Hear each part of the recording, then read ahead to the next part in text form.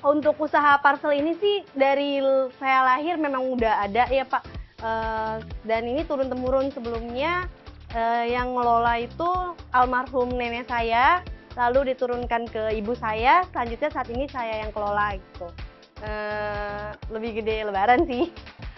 Untuk omsetnya sekitaran 150 sampai 200 juta ke atas masih ada.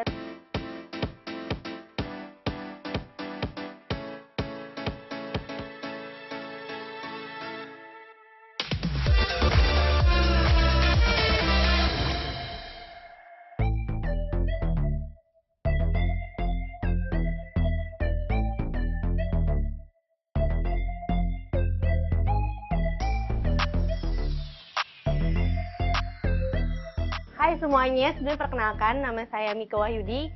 Saya seorang pembisnis dari usaha Gendis Parcel. Saat ini saya masih aktif bekerja sebagai quality assurance di salah satu perusahaan provider terbesar di Indonesia.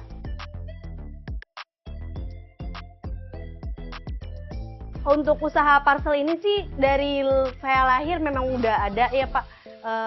Dan ini turun-temurun sebelumnya yang ngelola itu almarhum nenek saya, lalu diturunkan ke ibu saya, selanjutnya saat ini saya yang kelola gitu.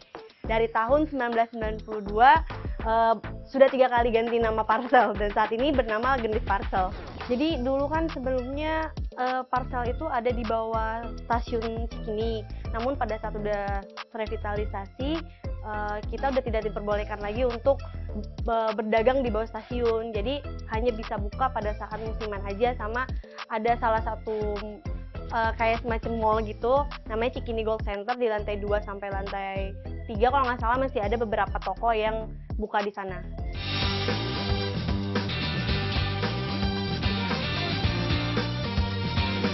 Karena ini udah usaha turun-temurun ya, jadi ada rasa kayak nggak siap gitu kalau misalnya kehilangan momen untuk berdagang di musiman ini gitu. Jadi tetap kita jalanin walaupun sambil bekerja. Bagi waktunya tuh ya karena kebetulan saya juga kerjanya fleksibel, WFH, full WFH. Jadi setiap pagi sebelum berangkat ke stand bazar, saya pasti udah prepare untuk pekerjaan dulu. Misalnya ada banyak kerjaan yang sekiranya nggak bisa dibawa, saya pasti selesaikan dulu sampai zuhur gitu. Ntar zuhur baru saya ke stand. Dan kebetulan karena saya quality assurance, jadinya kerjaan saya itu tergantung si developer nih gitu. Makanya memudahkan saya untuk bisa tetap jalanin usaha ini gitu.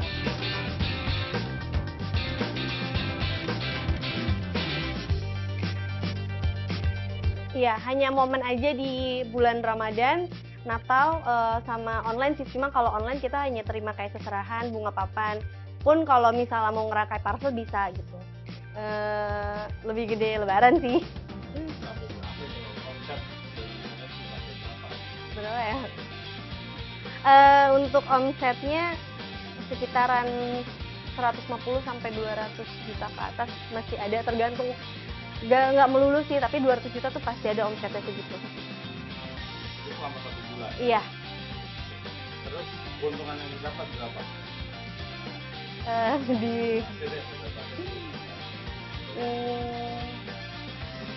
Sekitar 60%-nya ada.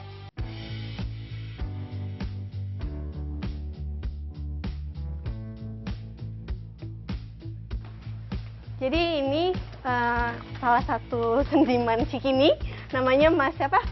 Mas Boy. Lagi ngapain? Lagi bikin parcel. Oke, parcel apa pastel? Parcel. Oke, ini jadi parcel makanan yang kita jual. Sehari bikin berapa, Boy? Kurang lebih 20. 20. Kalau ada orderan lebih? Kalau udah dimaki-maki? Kayak gitu. Bisa sampai 20. Bisa, tergantung marahnya customer nih. Kalau udah marah-marah, Ya, berarti ya. alhamdulillah Mas. Oke, Sekarang kita di dalam mau bikin apa nih? nih, Packing apa? ini packing keramik. Oh, yang pakai keramik. Iya, assalamualaikum. Permisi, punten. Ini juga nih seniman Cikini. Namanya Bang siapa? Bang Andi. Andy Cake. Yang ini Bang siapa? Oh, Jeffrey. Oh, Bang Jeffrey. Tapi nggak Nicole ya? Yang ini lagi packing untuk yang keramik. Keramik. Ya, Oke. Mana keramiknya tuh? sebelah sini ini keramiknya nih, silahkan dilihat. Ini yang premiumnya. Ini tahapan pembuatan parcel keramik dialasin sama kardus. Harus kardus. Iya, biar dia bisa mengundek gitu sih, kayak gitu. Nah kalau keramik tuh bisa sehari bisa berapa banyak? Sehari bisa bikin berapa bang? Sekuat-kuatnya ya bang ya? 20 keramik parcel. Isinya tuh gelas, piring gitu ya bang ya, botol gitu ya. Ya itu tergantung request. Kalau yang misalnya ada botol atau ada apa sih coklat itu tergantung request si customer.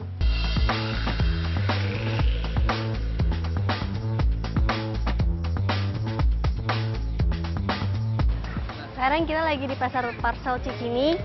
Ini dia standnya Gendis Parcel. Oke, pas banget lagi ada pembeli. Halo, selamat sore. Lagi cari parcel apa mbak? Untuk hamper snack ini berapa yang ini? Yang ini 225.000. Kebutuhannya berapa banyak? Ntar kita kasih diskon, kalau makin banyak makin cuan. Gitu kan ya? Iya. Ini ya berapa kalau yang ini? Apa bedanya dia? Beda, kalau ini ada biskuit kalengnya, ini 250.000 aja. Ini, oh ini sorry, ini 200 nggak apa-apa. Ini 250, 200.000. Yang mana Mas? Semuanya. Ini kalau yang Semuanya. ada keramiknya? Yang ada keramiknya ini 225. Nih. 225. Iya, Yang ada sembako nggak ada ya? sembako. Bisa request, kakak Bisa mau? request. Pakai box gitu kan? Atau misalnya dipakai keranjang kayak gini tuh kayak ada gula, ada beras gitu. Bisa. Kita semua di sini palu gada, Kak. Apa lu ada? Gua ada. Apa yang lu mau, gua ada gitu.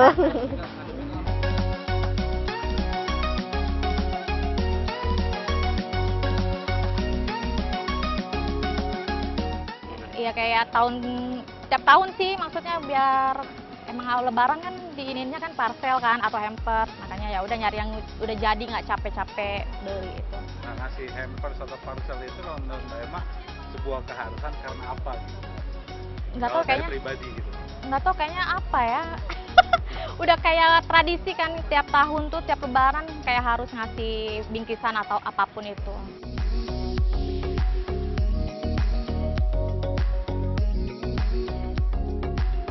Saya mempertahankan prinsip dagang saya. Pertama menurut saya usaha itu walaupun kiri kanan depan sama, kita harus punya identitas. Dari misalnya saya mempertahankan kalau saya tidak jualan ke reseller kayak gitu. Jadi saya hanya ke end user. Kedua, saya juga memasarkan di sosial media. Itulah pentingnya belajar teknologi ya, maksudnya kita harus ngikutin perkembangan zaman. Karena kalau bisnis lo cuma di offline aja, itu sebenarnya nggak bisa bikin grow juga sih. Makanya untuk saat ini era digital tuh penting banget dipelajarin demi usaha lo buat bisa ekspansi gitu. Nah, jadi tips and triknya adalah mau belajar.